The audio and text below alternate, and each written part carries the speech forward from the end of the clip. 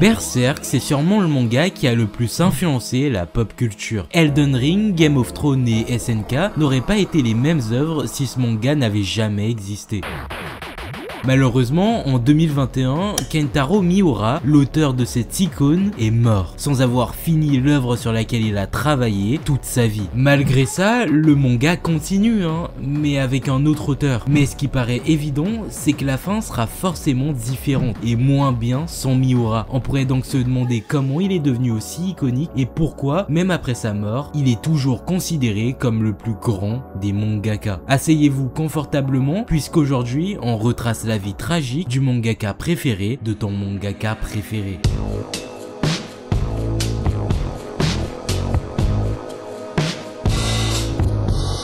Mais avant ça, est-ce que vous connaissez Oli? Je vous pose cette question parce que peut-être que comme moi, les sodas et boissons sucrées, c'est un peu votre quotidien. Et qu'à force, on oublie à quel point ces trucs nous détruisent la santé. Et c'est là que Oli intervient. Oli, c'est une marque qui propose des alternatives plus saines aux boissons énergisantes et aux sodas classiques. Pour ça, la marque possède 4 gammes différentes. La gamme hydratation, si tu fais du sport, ce dont je doute si tu regardes des animes. Elle est composée d'électrolytes et de minéraux qui vous aident pendant vos séances. Il y a aussi la gamme énergie bourrée de Nuka pour rester éveillé les soirs de solitude où tu repenses à ton ex qui t'a quitté.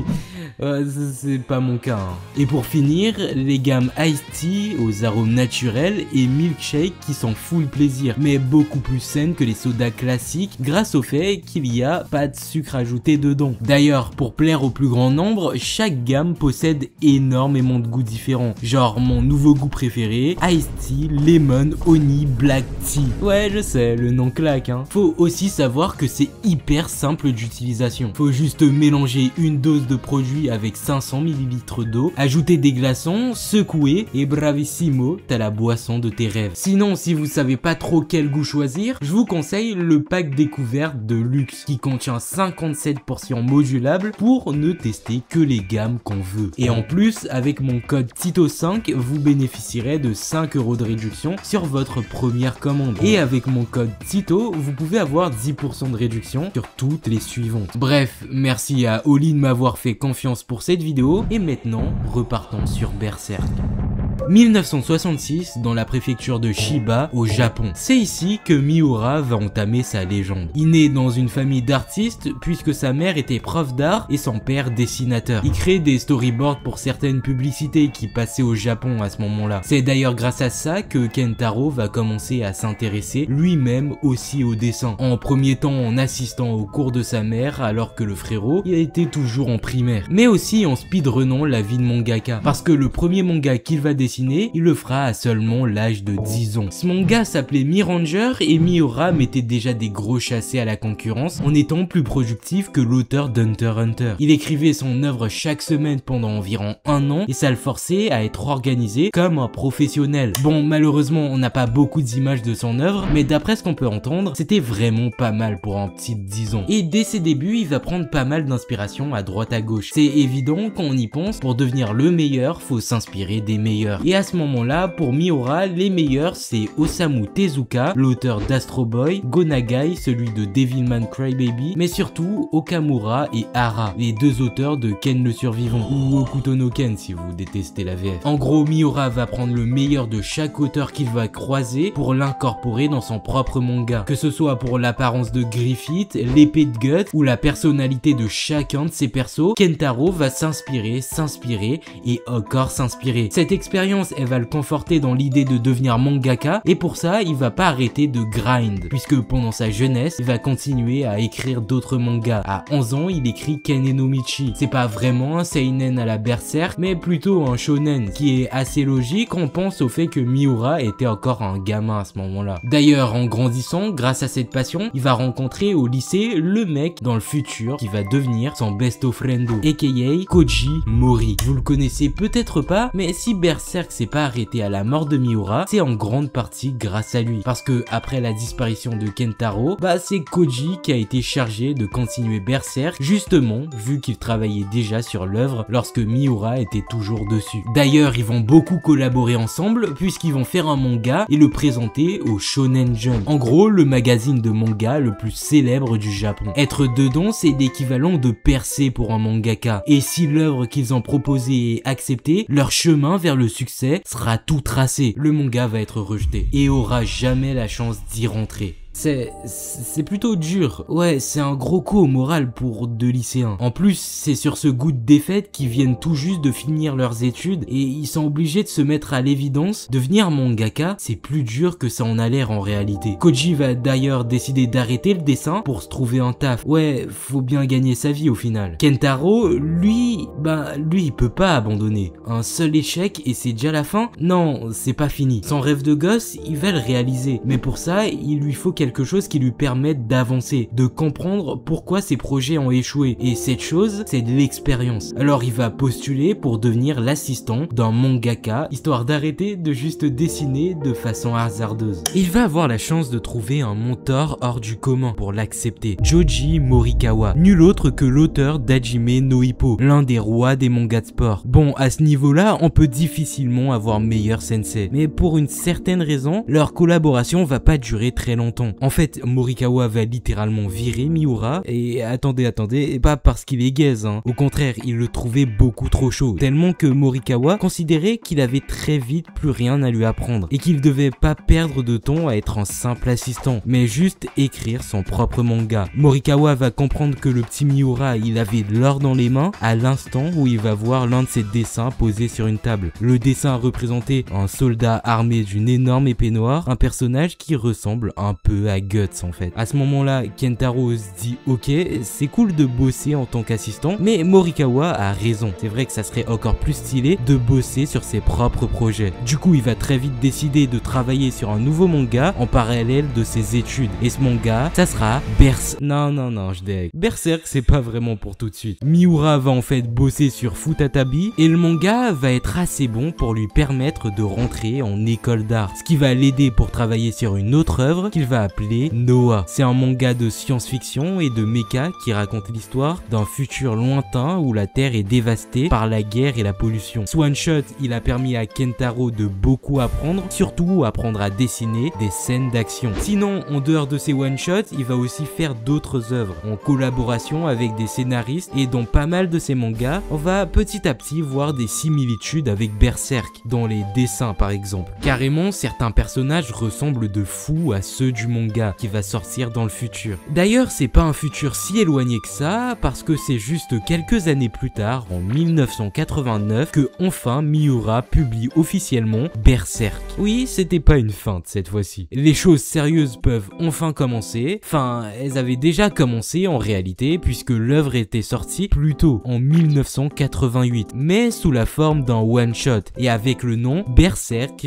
The Prototype. Et comme le nom le dit si bien, c'était juste un premier prototype qui va servir de prémisse à l'œuvre sortie en 1989. Dans le one-shot, Guts il a une sorte de cache-œil dans son chara-design qui va être supprimé dans l'œuvre finale par exemple. Mais l'idée principale du manga reste à peu près la même chose. L'histoire de Guts, un guerrier avec une enfance compliquée qui traverse le monde en faisant face à un monde cruel rempli de démons et de forces surnaturelles. À sa rencontre avec Griffith, un mercenaire, il décide de rejoindre la bande du Faucon, un groupe de brigands dirigé par Griffith lui-même. Et la suite des événements sera remplie de moments incroyables avec l'apparition de forces surnaturelles comme les démons. Mais ce qui va faire rentrer l'œuvre dans un autre univers et faire qu'il marquera ses lecteurs, c'est évidemment l'éclipse. Bon, on va pas rentrer de fou dans l'histoire. Cette vidéo, c'est pas une histoire complète et je pars du principe que vous connaissez déjà l'œuvre. Mais en gros, il y aura une quantité de scènes hyper choquantes qui vont traumatiser le perso principal, mais aussi une grande majorité majorité des lecteurs. Par exemple, je peux vous montrer ce lecteur-là. Avant qu'il lise Berserk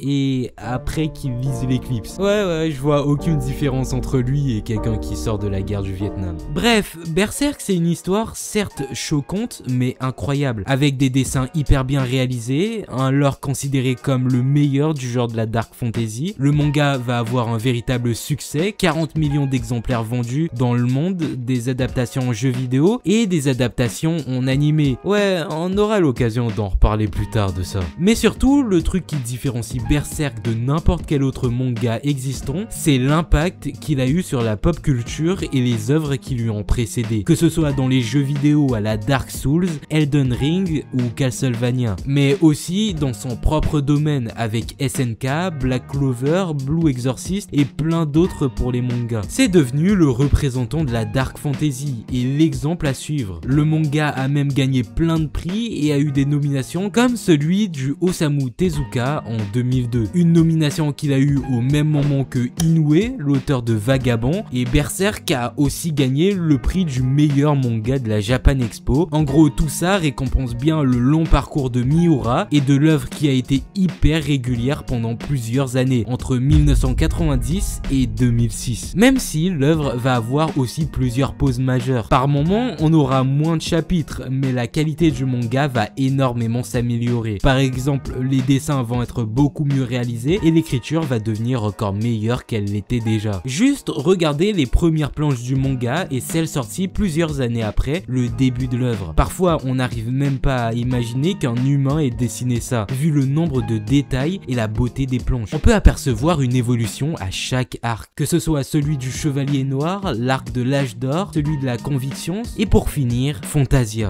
D'ailleurs, même après sa disparition, l'œuvre reste sur une montée ascendante en qualité quand on y pense. Même si évidemment, ça sera jamais pareil que si l'auteur original avait pu continuer de ses propres mains la suite de son œuvre. Bon, comme j'aime pas vous laisser être heureux pendant trop longtemps, on va parler d'un truc qui hante tous les fans de l'œuvre, les adaptations en animé. Bon, si vous aimez l'œuvre, vous êtes censé savoir que la plupart des adaptations de Berserk en animé sont hyper mauvaises. Parfois, l'animation est...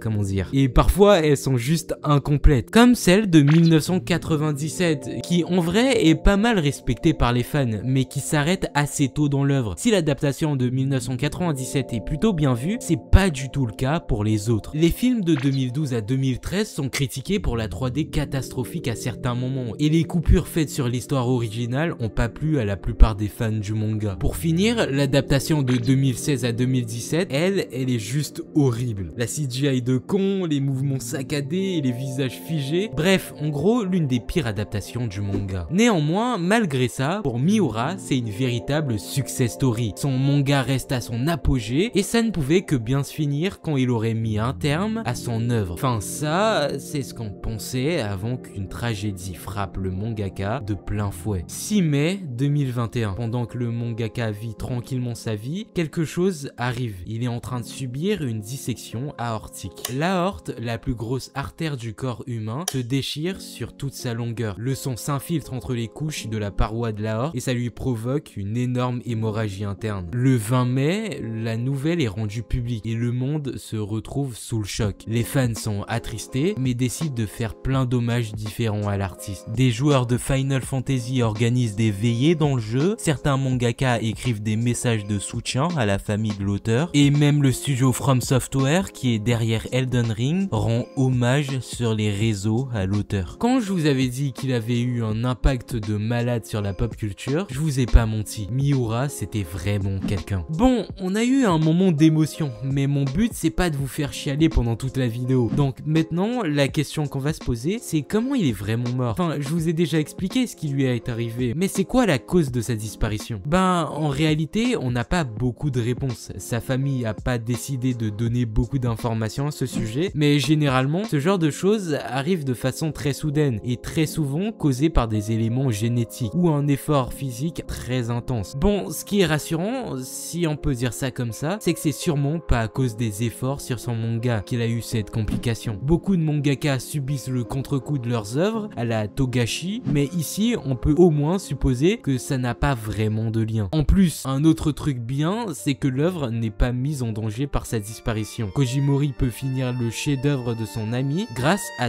toutes les discussions qu'ils ont pu avoir à propos de l'œuvre. Il connaît déjà la fin et en plus de ça, il peut s'appuyer sur des notes prises pendant leur longue discussion sur l'histoire. Koji a aussi l'aide du studio Gaga et de tous les assistants de Miura qui connaissaient très bien son style. Avec tout ça, les fans n'ont pas besoin de trop s'inquiéter pour la suite, même si parfois on peut remarquer quelques différences sur le rythme du manga ou le style graphique. On reste assez proche de ce que les fans pouvaient voir avec Miura et les planches restent stratosphériquement bonnes. Donc finalement, est-ce qu'on pourrait pas ressentir ce qu'on aurait ressenti sans la disparition de Miura? Parce que finalement, il a pas tant disparu que ça, puisque comme un grand homme a dit un jour, un homme ne meurt que lorsqu'on l'oublie. Et Koji, comme les fans de l'œuvre, sont très loin de l'avoir oublié. Si j'ai fait cette vidéo, c'est sûrement parce que lors d'un soir de solitude devant mon PC, je me suis fait la réflexion suivante. Tiens, il y a pas mal de personnes qui ont parlé de la mort d'Akira Toriyama, l'auteur de Dragon Ball, mais pas tant que ça pour celui de Berserk. Enfin, il y a pas mal de vidéos aux États-Unis, mais en France, peu de personnes ont vraiment parlé de son histoire. Pourtant, c'est une œuvre connue de fou ici chez nous. Il y a genre plein de personnes qui ont grandi en lisant le manga, et c'est un peu le DBZ des seinen. En gros, le père du genre. Tous les grands seinen se sont à un moment donné inspirés de Miura, et quand on parle manga, il y a énormément de chances de mentionner Berserk dans la discussion. Alors je me suis dit pourquoi pas porter le rôle d'en parler, même si je me sens vraiment pas légitime. Je suis même pas à jour dans le manga. Alors j'espère quand même qu'avec cette vidéo, j'ai réussi à rendre un bon hommage pour les fans de l'œuvre et pour l'auteur lui-même.